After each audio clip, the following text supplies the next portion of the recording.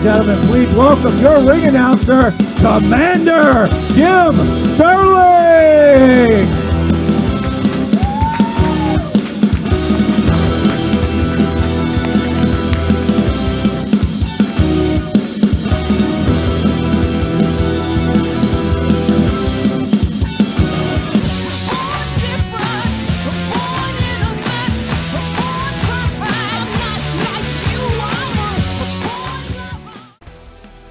Oh, what? This old thing? Oh, this is nothing. This is just the Rise Grand Championship that I was able to get my hands on during the whole Polycult Party 2 event this weekend. No biggie or anything. Yeah, it's just that in what could only be called a master stroke in my role as general manager of Rise Wrestling, which is a job I have, I stripped the previous champion, Tony Johnson, of the title because of the whole, lockdown. I couldn't defend his title, so anyway, the title still needs representation, so I installed myself as Champion Regent.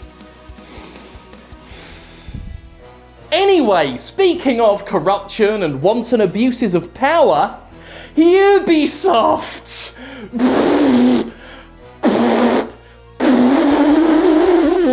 Ubisoft, could you maybe try not being the absolute worst?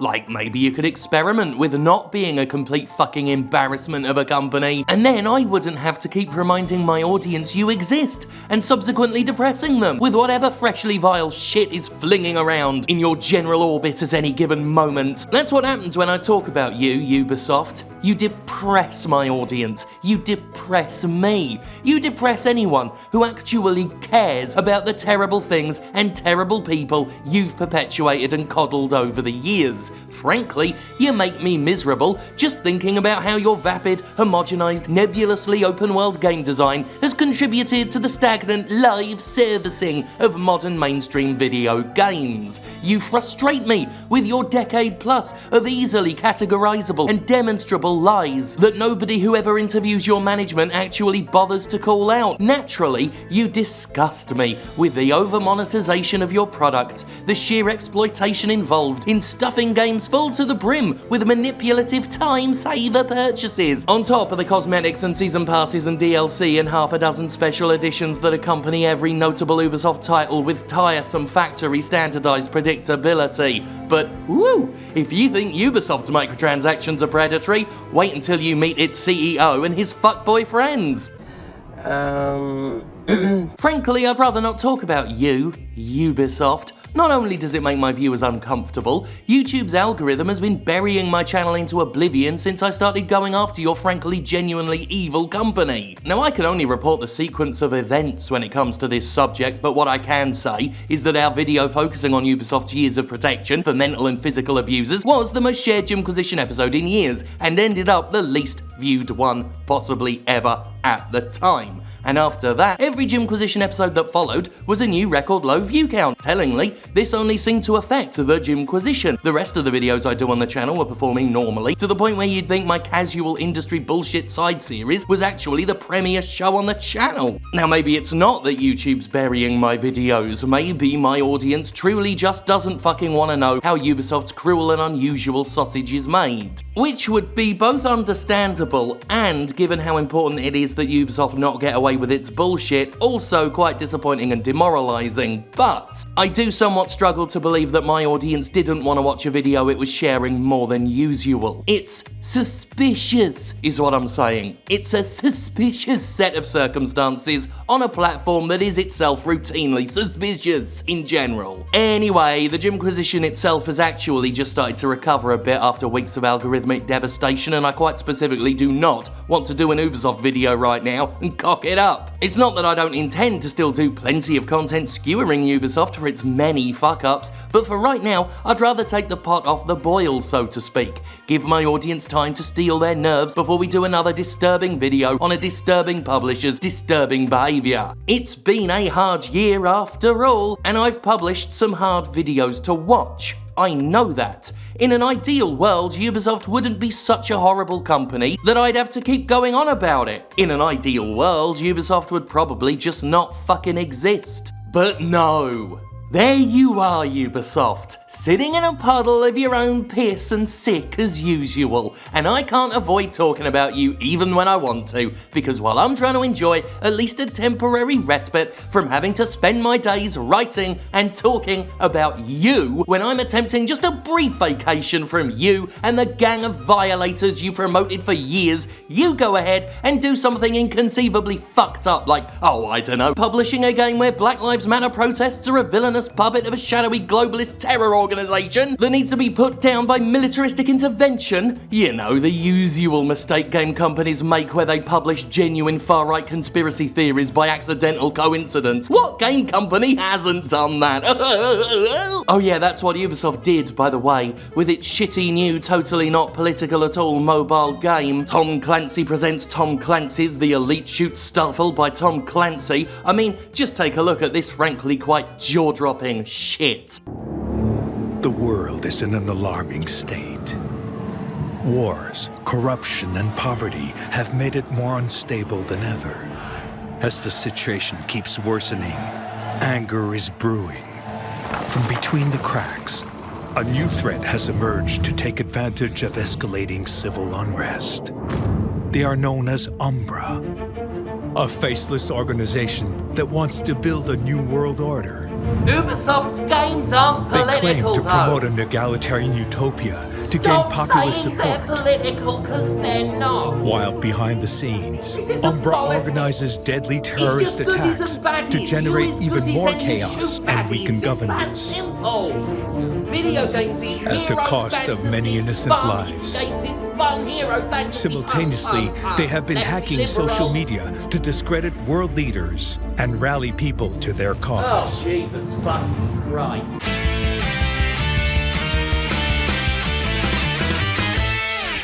And yes, that was the raised fist symbol emblematic of black rights movements for decades, being used as the sole iconography of an evil cabal that, if you noticed, happens to be called Umbra. It is, as the kids say, not a good look. Unless, of course, you're actively trying to appeal to the racist conspiracy theorists who genuinely believe the ideas this game propagates. Because I can't emphasize this enough, folks. The idea that social justice movements like Black Lives Matter are funded by global terror money is something that very real people very really believe, and that belief has a deep and intrinsically entrenched link to anti-Semitic views. Ubisoft should know this, because it cares very deeply about Black Lives Matter and social justice. It said so. Remember? Remember that time it said so? And hey, Ubisoft apologised for using the raised fist and promised to patch out that one bit so we're all good, right? Imagery that appeared in the opening video sequence of Tom Clancy's Elite Squad featuring a raised fist was insensitive and harmful in both its inclusion and how it was portrayed. We have listened to and appreciate the players and the broader community who have pointed it out, and we apologise. Basically, Ubisoft let its racist mask slip and pretended it didn't know what it was doing, which is hilariously exactly the route I predicted Ubisoft would go hours before it made its little apology. Look, here's where I told Justin Ubisoft would do exactly what it did. And do you know how I knew Ubisoft would do that? Not because I'm the Cassandra of video games with an immense track record of accurate and often ignored industry predictions, though that's all quite fucking true. No, this isn't me flexing that I called it. I predicted this simply because it's what Ubisoft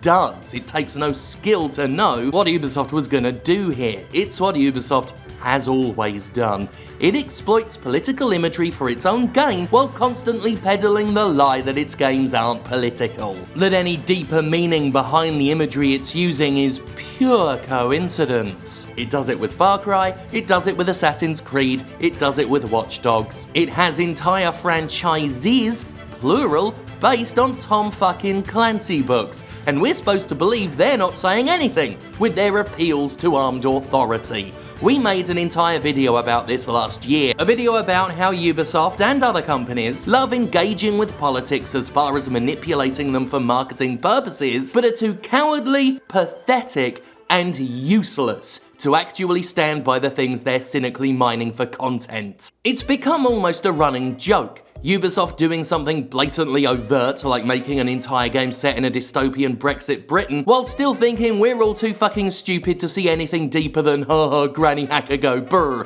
And the trouble is, some people are too fucking stupid to see anything else. I got so much shit from that portion of the Gamers TM for saying last year that Tom Clancys The Division 2 was political, and that Ubisoft knowingly uses political imagery while feigning ignorance.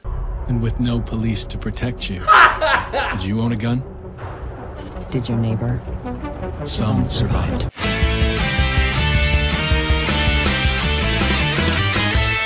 They called me an idiot, an exaggerator, and said I was injecting my leftist ideals into video games again, whatever the fuck that meant in this context. And here we are with Ubisoft literally using black rights iconography and claiming we didn't know after it got called out. Like usual. Are we really gonna keep pretending I'm wrong, that I didn't call it yet again, that Ubisoft doesn't know exactly what it's doing? Are we going to pretend that we believe Ubisoft's lies here? Are we gonna pretend we're as stupid as Ubisoft thinks we are? I mean, I'd draw you a picture, but I don't have to. This time Ubisoft drew it for you! It's worth noting that Tom Clancy's Law & Order Simulator was developed by the Ubisoft-owned Alliant, a studio co-run by the son of Ubisoft CEO Yves Guillemot.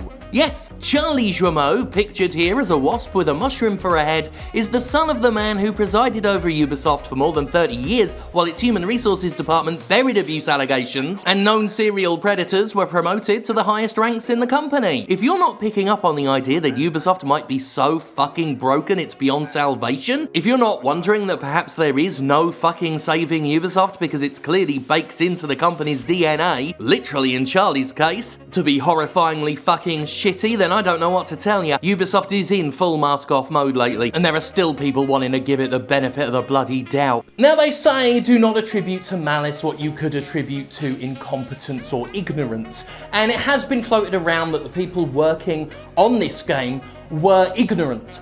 There's also a rumour floating around that, a lot of people working on it didn't even know what they were contributing to at the time. So let's allow a window for the possibility that some people working on it didn't know what was up.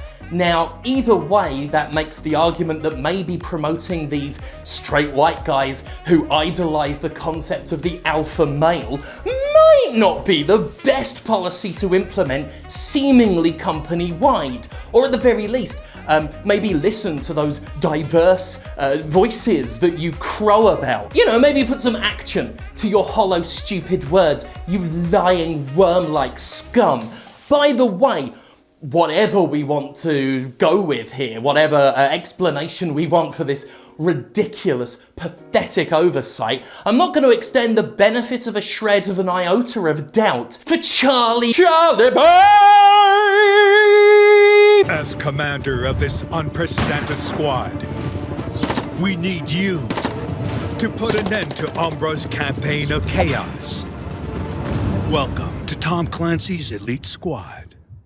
There are rumours floating around that the atmosphere within Ubisoft has not improved since all those abuse allegations came to light. A general feeling that things won't actually change at the company, that it's already being forgotten about, that people are seriously feeling like their only safe option is to leave rather than stick around and hope that Ubisoft will actually put in measures to protect vulnerable people. When we have the CEO's son working on commercialised fashy conspiracies, when we have Ubisoft rushing to ignore the ongoing story of its crimes, and when the rapists and abusers that left Ubisoft have been able to retain their shares and thus continue to make shitloads of money even after losing their jobs, there isn't much evidence to suggest that Ubisoft's not rotten to the absolute fucking core. And nobody's really even talking about it anymore. Need I remind you, the abuse rife at Ubisoft was bad even by game industry standards. It was hard-coded into the company culture. It still fucking is. You don't just undo decades of abusive culture led by spineless wannabe alpha males. In a matter of weeks. And you sure as shit don't do it by quietly sacrificing a few executives while the man in charge continues to pretend he didn't know anything, even as his friends were drugging and groping people in broad fucking daylight. The things that came to light from Ubisoft were shocking, despicable, and downright criminal. But that didn't stop games media from crawling all over Ubisoft's glitzy preview showcases, from interviewing its executives about the hit new game Hyperscape, and from now reporting on insipid things like a game getting a fucking name change without even a passing mention of the ongoing allegations. It's just gotten away with it, and no one's gonna hold them to lasting task. Not in a meaningful way, not when there are Watch Dogs Legion review copies to get a hold of. The sick reality of what Ubisoft's done and what Ubisoft is makes for difficult writing and troublesome reading. I can almost not blame the general games media for now all but forgetting that only a few weeks ago Ubisoft was besieged by years and years of cumulative abuse allegations coming to light, revealing a corporate culture of defending bigots, harassers and sexual predators. And that's what happened, and Ubisoft isn't changing. It's clearly not changing. It's incapable of not being shit. As I've reiterated many times, I don't like this. I don't like talking about this shit, and in general now, I just really don't like talking about Ubisoft or its games. But apparently very few fucking other people want to do it properly, so here we bloody well are. Wow, that Ubisoft, what a pile of poo. Anyway, that's about all we've got time for today. I say as if there's a time limit on these things. This is your champion regent, Commander Jim Sterling, signing off. Thank God for the regent.